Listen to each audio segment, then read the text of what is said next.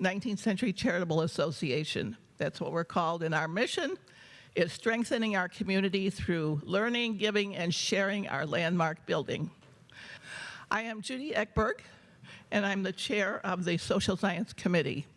And I would like to give a shout out to my committee, who are mostly all here. Val Abbott-Angelo is not able to be with us, but Peggy Conlin Madigan, Carolyn Skipper, Judy Sora, and Linda Tabensky. Thank you to all of them.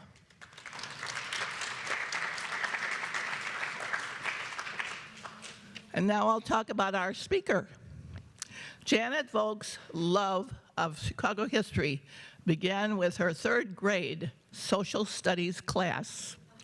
Her experiences as a young child, riding the L to visit her grandmother, turned her into a lifelong public transportation fan.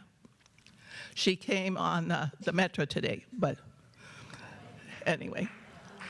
In her professional life, Janet first worked in the field of health science administration before going back to school to become an ordained Lutheran pastor. Now retired, Janet is a docent with the Chicago Architecture Foundation, Architecture Center, an interpreter with the Frank Lloyd Wright Trust. A few people have said that she looked a little familiar, so maybe they had had a tour by her at some time in the past at the Frank Lloyd Wright. She enjoys the cultural offerings of Chicago, taking her grandchildren on adventures in the city and continuing to learn more about Chicago's history. You may have noticed a small table in the back near the check-in, which has some samples of things you can buy online at her website. And there are cards there also. We are happy to have Janet with us today as she talks about the Women's L Project map. She will be happy to answer any questions you have at the end of the presentation. Welcome, Janet. So thank you for that nice introduction. And thank you for inviting me to be here with all of you on this cool fall-like day here in Oak Park. It's very exciting to present this project to you. This is a project that started off in a really small way, but took on a life of its own. So, first, I have a question for all of you. I want you to think back to your grade school or high school days, so just a few years back, okay?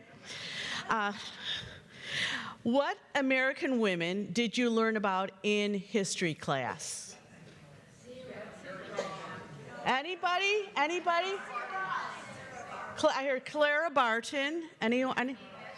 Amelia Earhart. Amelia Earhart.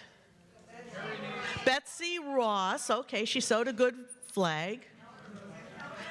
Eleanor Roosevelt. Okay.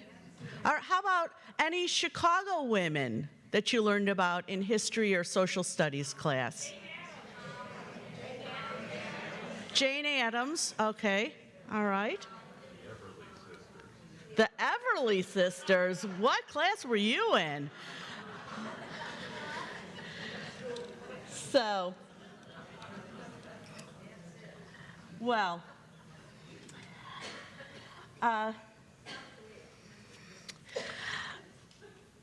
you know, there are actually many Chicago women who did great things over the years, but were never given credit. And that's where the Women's L Project comes into play. So this idea, I have to confess, it was not my idea all on my own. In December of 2019, I heard about, read about some people who created a map of New York City where they renamed the subway stations after women. It's called City of Women, and it's by Rebecca Solnit and Joshua Jelly Shapiro. And if you have good eyes and can see some of the names on the map, it includes people like Bette Midler and Peggy Guggenheim, Margaret Wise Brown, okay? Who else is up there? Oh, Jacqueline and Onassis, so some really famous people. And I thought, I looked at this and I was reading about the project. I was looking at the map. It's like, oh, this is so cool. And then I thought I could do this for Chicago, right? Right? So, first thing I needed to do was to take a look at the official CTA map. You know, when you're riding on the L, you're not cognizant of all the L stops. At least I'm not. I think about where I'm at and where I want to get to, and it might be 4 stops or 6 stops.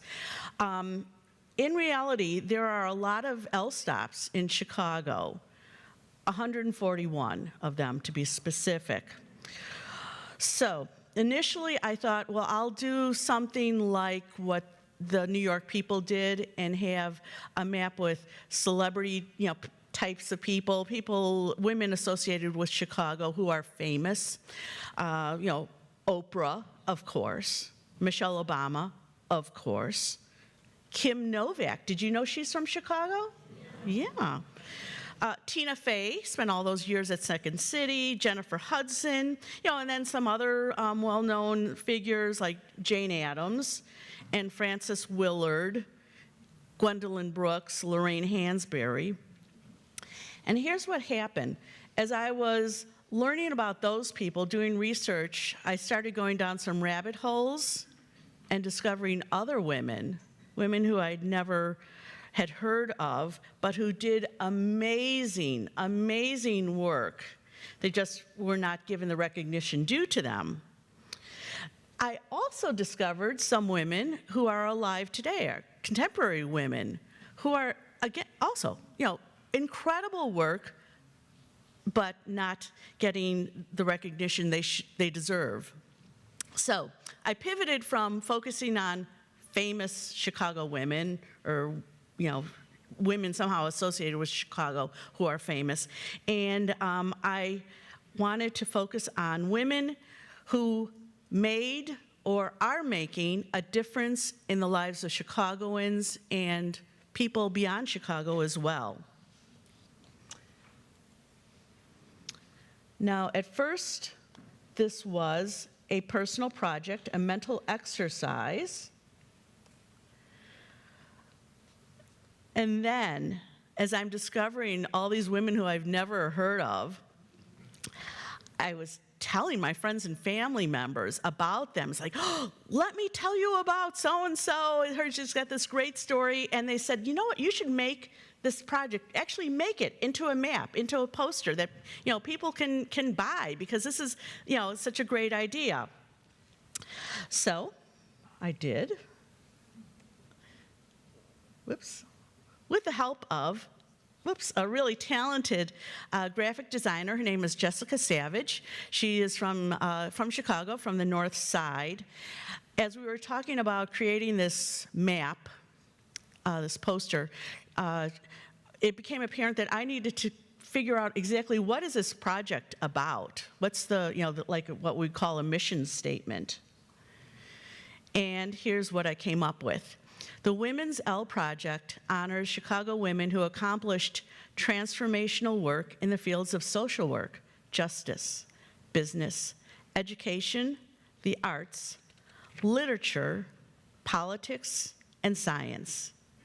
Most of these women are not well known, but each one of them should be. By renaming L stops after them and telling their stories, the Women's L Project hopes to inspire all people to strive for greatness in their lives and positive change in their communities and in the world. So that's the purpose. Now let me tell you what the purpose is not. The purpose has never been to actually rename the L stops. That would be chaotic, wouldn't it? So it's like a symbolic renaming of the L stops. So here's what we came up with, Jessica and I came up with. And if you don't look at the very top where it says the Women's L Project, you just look at the map, it looks pretty much like a regular L map, doesn't it? It's got all the different colors, it's geographically accurate, but zoom in, ooh, and you see some names that you don't see on the regular L map. Maria Cerda, who is she? Ann Harnett, Mary Alice McWhinney, Jane Byrne, well, we've heard of her. Coco Taylor, there's another name you might have heard of, but Susan Solomon? Each woman, by the way, is at a stop that is near where she lived or worked or inspired or created or wrote or organized, et cetera, et cetera. So it's not just haphazard where they're located. Significant stop for each woman. And I'd like to tell you about some of those women. I've divided this up into 4 different categories. The first one are women who faced big hurdles, but had big achievements. The next one are women who turned a disadvantage, basically their gender, into an advantage. And then some activists, we're not going to take it. And then, in quotation marks, ordinary women living extraordinary lives. And let's look at the first person. Her name is Mary Thompson, born in 1829 in upstate New York. She graduated from the New England Female Medical College. She became a physician.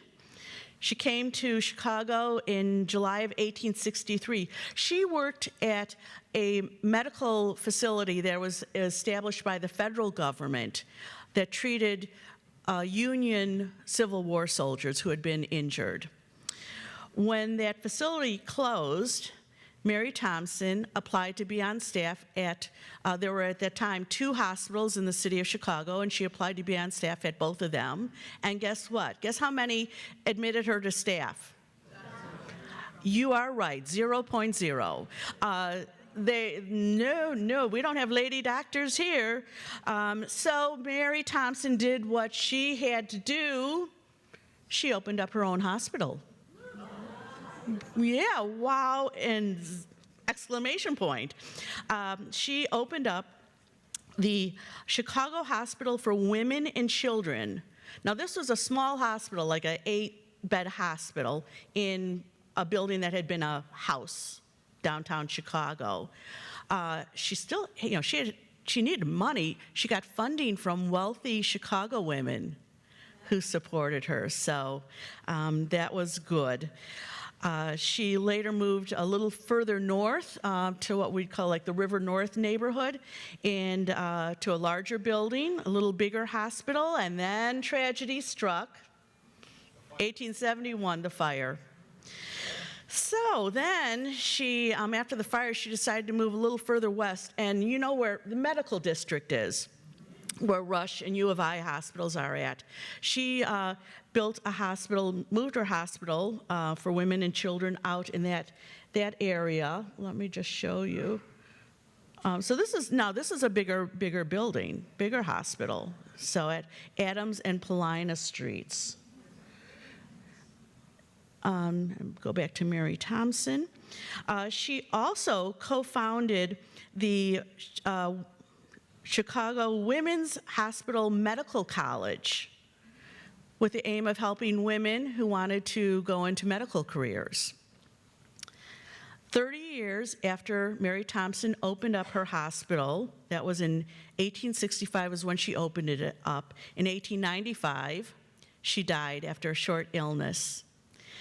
At her funeral were the hospital's first patient, the first nurse, and the first intern. And I just love that story. 5 weeks after she died, the hospital board decided to rename the hospital after Mary Thompson. So if some of you might recognize Mary Thompson Hospital, any of you remember that hospital? On the west side, near West Side. It stayed in business until the 1980s. Most of the patients they were treating were, near the end, were Medicare, Medicaid patients, no private insurance. And without private insurance patients, they could not financially survive. So the hospital did close. So Mary Thompson is at the blue line, on the blue line at the Grand Avenue stop.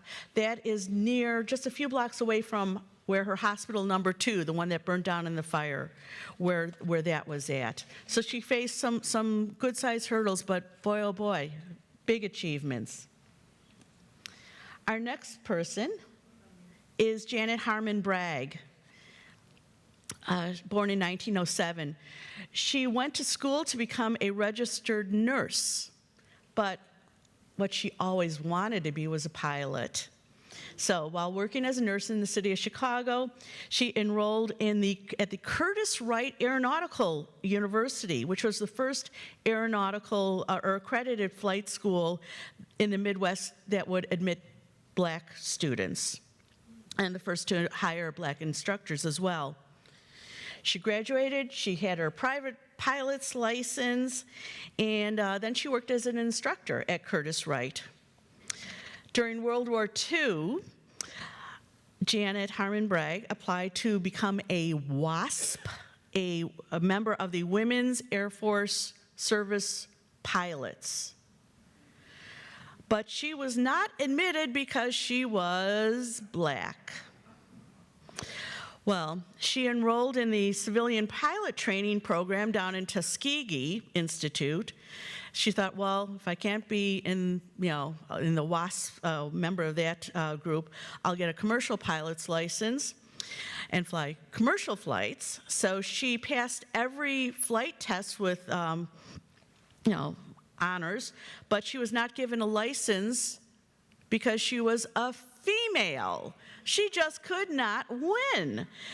She finally came back to Chicago, took the commercial pilot's license test again, and got her license. She was the first black woman to do so. She has the Midway Airport stop on the Orange Line, and it's kind of self-explanatory why she would have that stop, right? Let's move on to some women who turned a disadvantage into an advantage. And this next person, I love her story. Whoops. Whoa, there we go. Kate Warren. Kate Warren, born in 1833. She was 23 years old when she went to downtown Chicago to apply for a job at the Allen Pinkerton Detective Agency. Oh, she walked in, said, I want a job, and Alan Pinkerton was like, well, we could use, someone to do some filing and take care of secretary needs and all that. And she was like, no, no, no, I want to be a detective. Well, after the laughing died down, because there were no female detectives anywhere in the U.S. at that time. There were no female police officers at that time in the U.S. So Kate Warren had to do some convincing. Here's what she did. She told Alan Pinkerton that as a female, she had a better eye for details. She also said, as a female, she could gain the confidence of mothers, friends, girlfriends of suspected criminals that they were investigating. So Alan Pinkerton thought about it and thought, well, she does make a point. So he hired her, and she was very, very successful. She had this wardrobe, extensive wardrobe of both clothing and wigs, so that for one case she might be a maid, and then for another case she might be a high society wife, and another case she might be a secretary. She was so successful that Alan Pinkerton ended up hiring more female detectives, and Kate Warren was a person who trained and supervised them. Now, one of Kate Warren's most notable cases was the 1861 Baltimore plot to assassinate Abraham Lincoln before his inauguration. I wasn't aware of this, were you? That there this plot to kill him. Basically, he was taking the train from Illinois to, well, I should point in the right direction, Illinois to Washington, D.C., and he wanted it to be a whistle-stop tour where he stops at different stations and, greets people, and then finally he'd get to Baltimore, and then he'd change trains to get on the train to Washington, D.C. Pinkerton's detectives found out about this plot to assassinate him when he was transferring from the Baltimore train, the Baltimore station, from the first train to the train to Washington, D.C. And they convinced him, he had to be convinced, you cannot do this whistle-stop tour that you want to do. You need to get to Baltimore ASAP, switch trains earlier than you plan to, and be undercover. So they basically wrapped up Abraham Lincoln in a lot of blankets. Kate Warren was there. She said she was traveling with her invalid brother and that she needed to stay in the compartment with him at his side at all times. And she stayed at his side at all times, gun in her pocket, ready, and she stayed awake the whole trip long and got him to Baltimore earlier than the assassins expected, got him on the train to Washington, D.C., and spoiler alert, he was inaugurated, and was our one of the great presidents of the U.S. Look at the dates for Kate Warren up there. You see 1833 to 1868. Oh boy, she did not live to be an old age, only 35 years old. She died of pneumonia. Alan Pinkerton thought so highly of her that he had her buried in the family plot at Graceland Cemetery up on the north side of Chicago. Lots of famous people buried up there. A little bit of mystery still lives on because on her gravestone it's spelled W-A-R-N, no E. But she had some a good-sized hurdle to get, or turn that disadvantage of being a female into an advantage. And another person who turned a disadvantage of being a female into an advantage is a woman named Margaret Hillis. Now, some of you may be familiar with her. I'm seeing some nodding heads. If you're a Chicago Symphony person, you know about Margaret. She grew up in Kokomo, Indiana. So she was born in 1921. When she was coming of age, what she really wanted to do was she wanted to be an orchestra conductor. Alas, there were no orchestra conductor opportunities for women when she came of age, but it was acceptable for women to direct choruses. So she went to New York, studied choral conducting with Robert Shaw. Her reputation grew. She was conducting opera choruses and and teaching as well. Her reputation grew in New York City, and Fritz Reiner was the orchestra conductor here at the Chicago Symphony, and he wanted to get a professional chorus to sing with the symphony for those pieces that required a chorus. The last movement of the Beethoven's Ninth and the Brahms German Requiem and the Mozart Requiem and things like that. What they had been doing was kind of a hodgepodge chorus of various people from various choirs and things. He wanted professional singers to be trained by a professional chorus leader. He heard about Margaret Hillis and offered her the job. And she took it. She was chorus conductor of the Chicago Symphony Chorus for 37 years, won 9 Grammy Awards.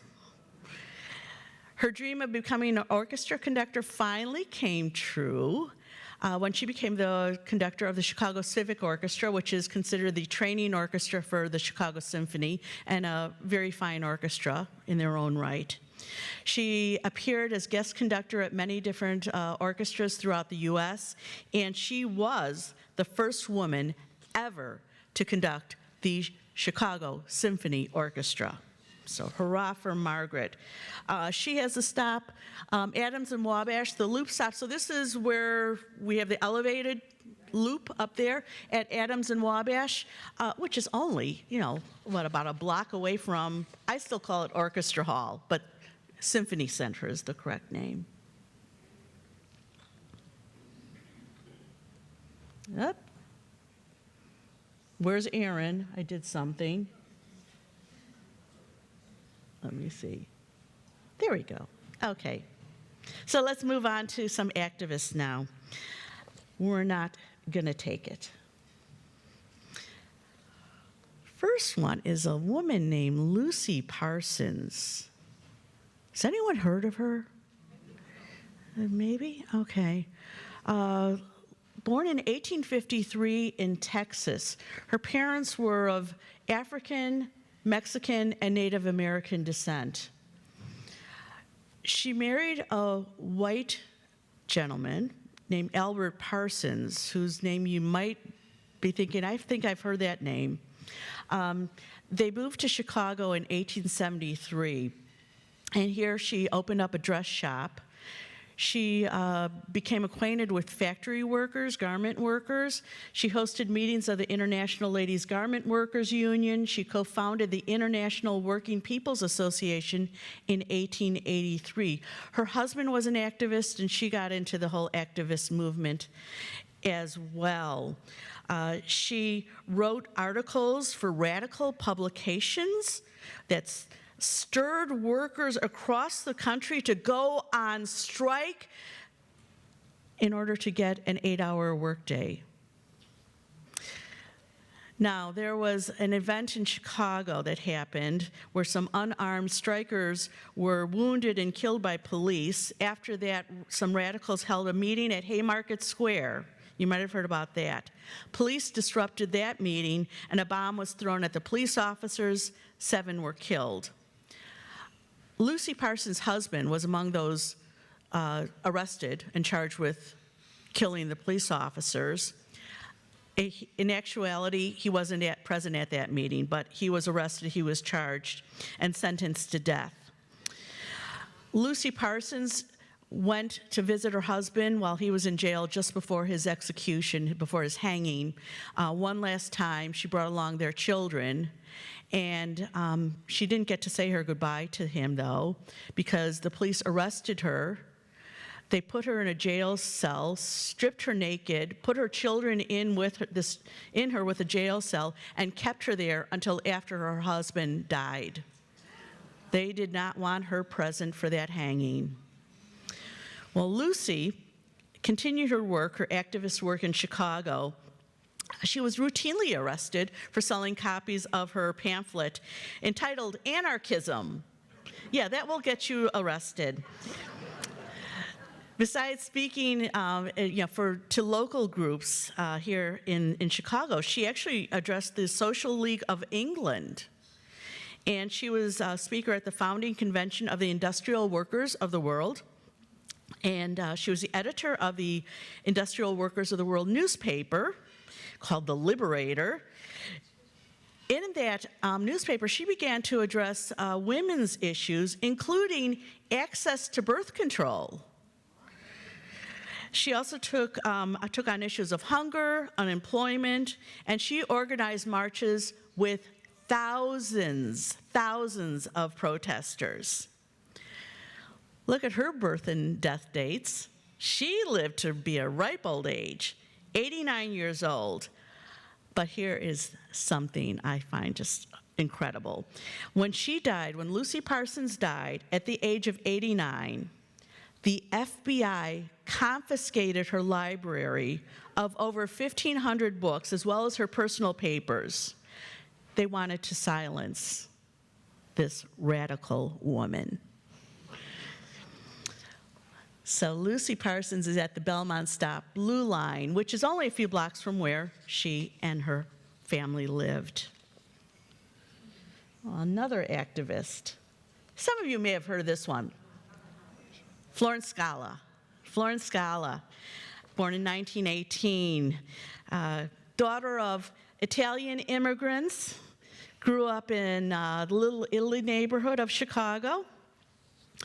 When she was a young woman, she took classes at the Hull House, Jane Addams Hull House, where seeds of social justice were planted in her heart and in her mind.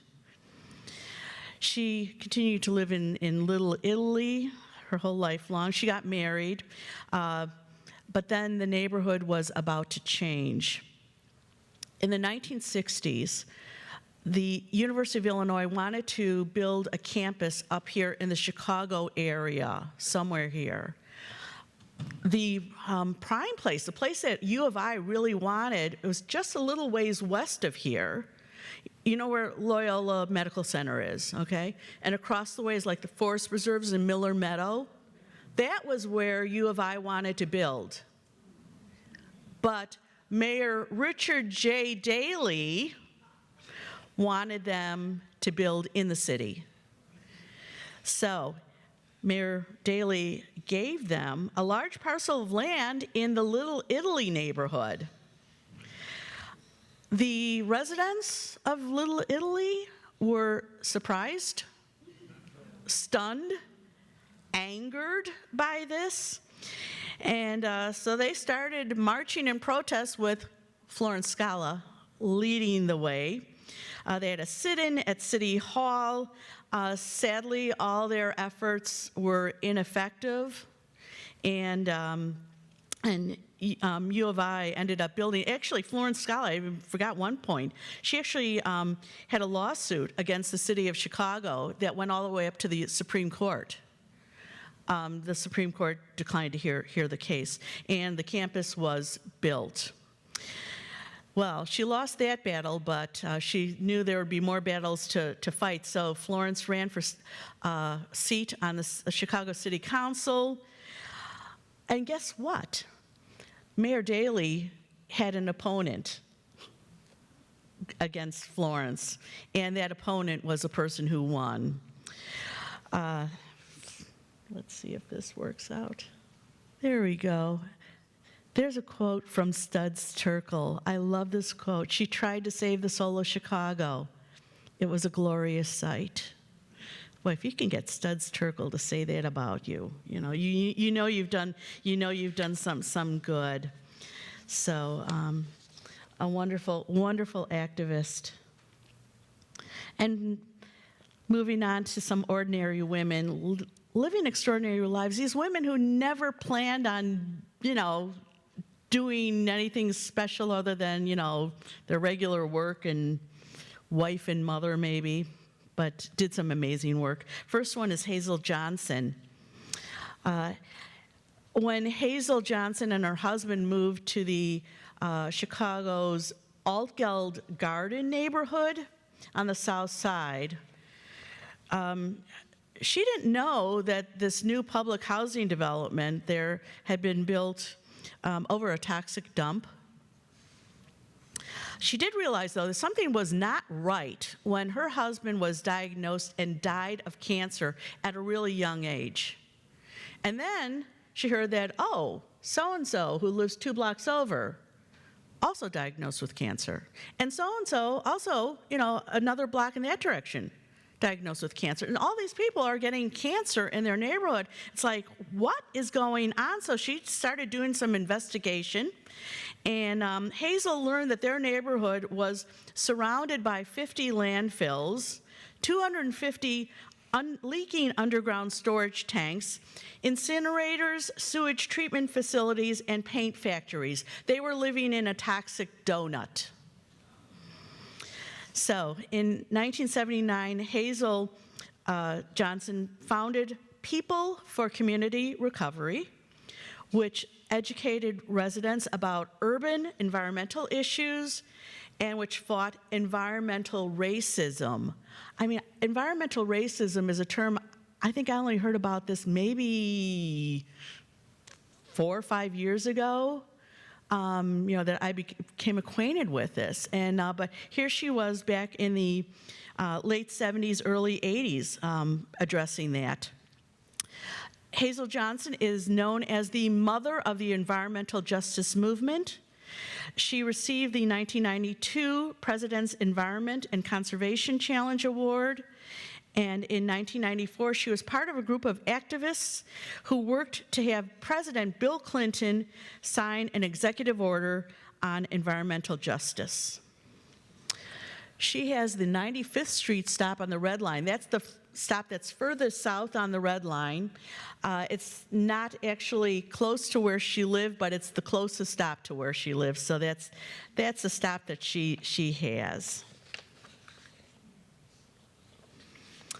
And then finally, Edith Emerald Johns, who was born on the Nebraska reservation of the Winnebago tribe. Her birth name was Pache Ka Danga, means keeper of the home fires. Edith was one of those women, who we are now hearing about, one of the children who was basically kidnapped from their home reservations, sent to a boarding school. Basically, with the idea was to strip these Native American children of their culture and of their customs. So that's what she endured as a child. She went on to become a nurse. She went to nursing school, worked as a registered nurse here in Chicago, worked at different hospitals in the city. Also known as Edith Big Fire Johns, she became active in Chicago's Native American community. She co-founded the Chicago American Indian Center. She served on its board of directors. She was a caseworker at the St. Augustine Center for the American Indian, and she taught medical courses at the Native American Educational Services College. Throughout her career, Johnson was especially interested in pediatric health care, including child behavior, nutrition, and development. And you can't help but think that what she went through as a child had a big impact on what she was passionate about as an adult. Well, Edith Emerald Johns worked, did all this stuff. Finally, at age 65, she retired.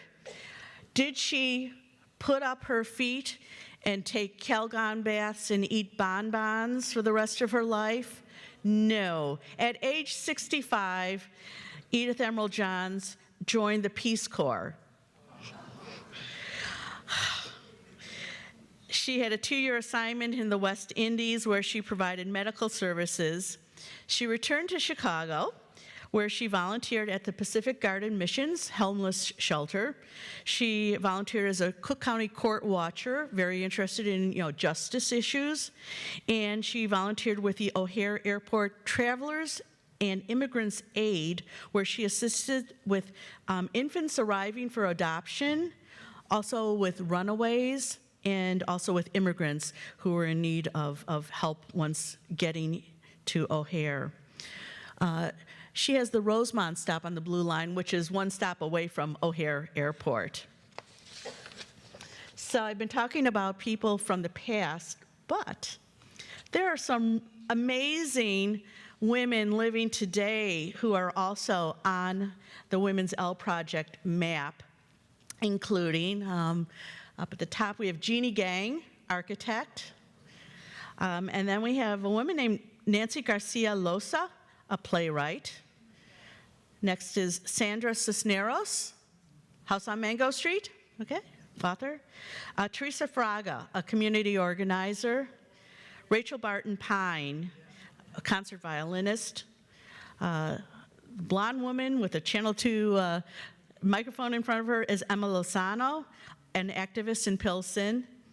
Next woman is Eartharin Cousin, who was executive director of the UN World Food Program, is now involved with different food scarcity organizations. Black and White Pictures, Margaret Frisbee, executive director of Friends of the Chicago River. Next to her is Jackie Taylor, founder and director of the Black Ensemble Theater. Achi Obayas on the lower level there. Achi is a journalist and activist.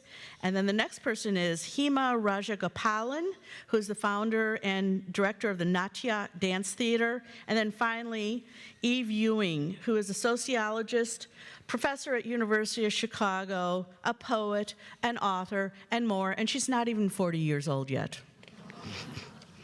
So that's somebody you'll be hearing about. Now, since oops, wait a minute, I think I might have skipped one. Let's see.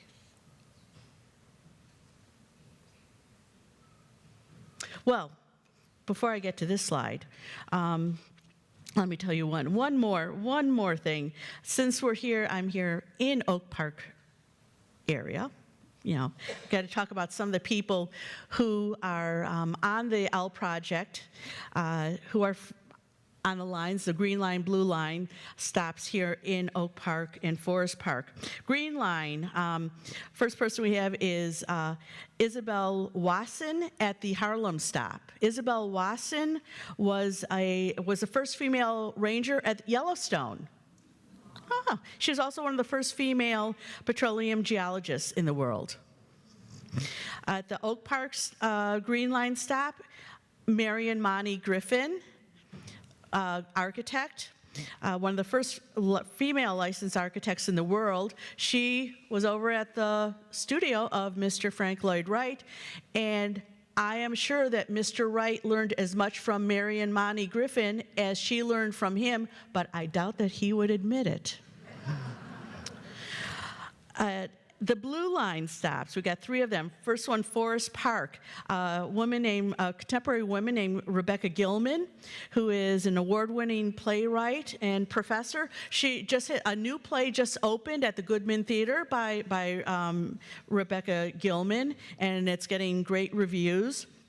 The Harlem Avenue Blue Line stop is named for Harriet Robinette, Robinet. All right, thank you. So you guys know about her. All right, so I'll just, in case anyone doesn't, she was trained as a bacteriologist, but then she started writing historical fiction for children. Also a civil rights activist. Oak Park Avenue. Now, I said earlier, I wasn't going to go with celebrity-type women for this project, but how could I not include Betty White? So Betty White has the Oak Park L stop on the Blue Line, and yes, she didn't live here all that long, but hey, she's an Oak Parker, so there we go. And I'm just looking, I think I'm missing, let me see. Hold on, I just want to see what's next. Oh, okay, this is working out well. So how can, I'm going back and forth, make you dizzy. How can you learn more about the women on this project? Well, go to www.womensallproject.com. Click on the tab that says Meet the Women, and it'll bring you to this page, and whatever woman you want to learn about, looking at the map, you pick the line that she's on, click on that line, the red line, green line, whatever, and look for her name. And you'll find out some information. For instance, here, Grace Wilbur Trout, who is on the map, and every woman has a little bit of bio info there, also an explanation of why she's at the stop she's at. There's opportunities, ways you can learn more about the woman. And in this case, you can get this book about her from the Oak Park River Forest Museum, but also for many women, there's links to different websites with, info you can read or videos you can watch or interviews you can listen to. Lots of interviews with Studs Terkel of these women. He knew these women were important. For many of the women, there's ways that you can get involved with the causes that they were so passionate about. In this case, after the 19th Amendment was passed, Trout was a key founder of the League of Women Voters, and get info about your local chapter. So you go on the website, click on that local chapter, and it'll take you to the League of Women Voters site. And then for some women, there's also a discussion question that you can talk about, with friends, or just something to think about. For Grace Wilbur Trout was known as the woman who never fails. Think about your aspirations. What would you like to be known as? So, and there's that slide I was looking for before. So finally, the woman that you're looking at right now is named Angie Nevado Rizzo. She was a community organizer. She lived in the north side in Lincoln Park. She was a leader in the Young Lords organization. Now, the Young Lords, originally it was the Young Lords. It was a street gang in Lincoln Park. It evolved, became the Young Lords organization, which was a human rights organization there in Lincoln Park. At the time in the 60s, 70s, the leaders of Chicago viewed Lincoln Park, hey, this is kind of a nice area for people to live in, and they were trying to gentrify it, clean it up, so to speak. The urban renewal, well, the people who lived there, which were a good-sized Puerto Rican community, good folks, they said, it's not urban renewal, it's urban removal. And we're getting moved out, and we don't like that. So they worked against that. Not as hard as they worked, were not successful, but put up a good fight.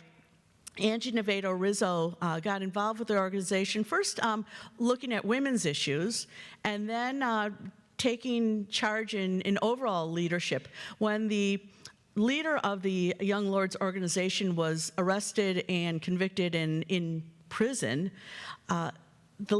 Chicago leaders thought, okay, that's going to be the end of Young Lords organization.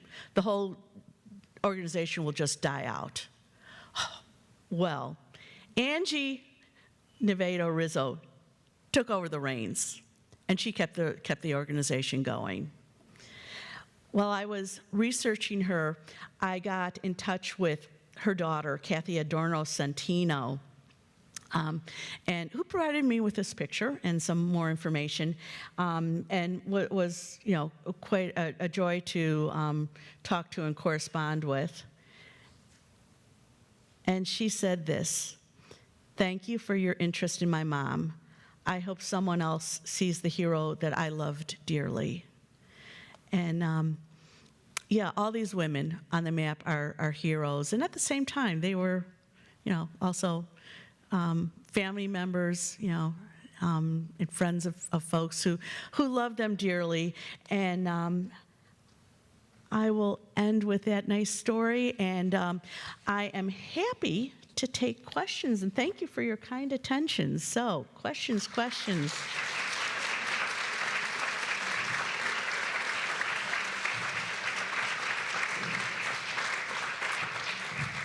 So any questions? So your selections were made on the basis of your research and your decision making? Was there any community involved? Yeah, there actually was. So what happened was that most of this project took place during the pandemic. It started off, this was my own personal project.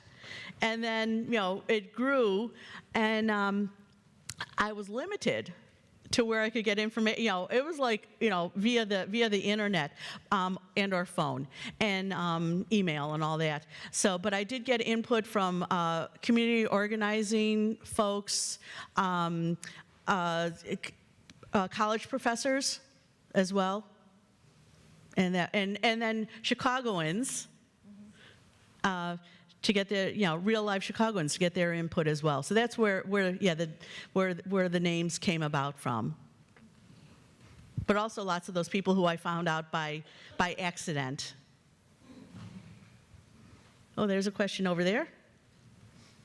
You mentioned Lucy Loretta, here comes the microphone. leading. Comes the mic. Okay. You mentioned Lucy Parsons leading thousands of people in labor parades, and I was wondering if you were aware that this was on Labor Day, almost every Labor Day, down State Street in Chicago, and she's this tiny little mixed-raced woman who is buried in Forest Park in the area around the Haymarket statue. And anybody who would like to go and see her grave, I'd be happy to drive you over there. Okay, I was not aware that she was buried just over Yes, here. along All right. with Emma Goldman, who was a Okay. very famous activist. Oh, yeah. And several other people from that era. I'm hoping someday to get some type of a program here at 19th Century on the Haymarket Square riot uprising, and especially the statue. I try to go there on May Day, and there are a lot of people who come on May Day, some anarchists, some not. And I've been known to hear some kind of strange speeches, and people bring fresh red flowers and lay them at the feet of the Haymarket statue. Wow. Well, and which Forest Park Cemetery is it at? Forest Home. Okay, all right. Right off of Harlem Avenue. You drive Yep, in there. yep, okay. And it's. Oh, yes, Des Plaines. Right. Okay. Okay, and 22nd Street. We're the circus people, right? It's not? Oh, okay, the next one? The next one over. Okay, there are just too many cemeteries in Forest Park. Okay, all right, okay, now I know which one. Got my bearings straight. Any other questions? Okay. Is there any signage at any of these stops that don't talk about these women? So, again, my intent was not to like rename stops, but as I'm talking with people during the course of this project, and after the project basically launched, it was like, you need to, get in touch with CTA people and see if, maybe, not change the names of the stops, but maybe get some honorary things up there. There is one so far. Out of 141, there's one that's done. It happened this last summer in July, August. It was a hot, warm Sunday. Sister Jean Schmidt, the chaplain for Loyola, for the basketball team, it was her 103rd birthday. And evidently, they said, what do you want for your birthday? What do you give a 103-year-old nun, for a birthday present? And she said she knew about the project, and she goes, "Yeah, I want the stop name for me." And it turns out that Loyola actually owns the plaza in front of the Loyola L stop. They have a big plaque. They had a big ceremony with the mayor and the governor and all sorts of dignitaries there, and the Loyola cheerleaders, and it was pretty grand. And so that plaza at Loyola is named for Sister Jean. And I had the chance to actually talk with her after all the hoopla was over, and it was great. And I commented because she actually spoke during the program part, and her voice, 103 years old. Her voice it sounds like the voice of a 40 or 50-year-old woman. And I commented, I said, your voice is so strong. And she goes, all those years of teaching.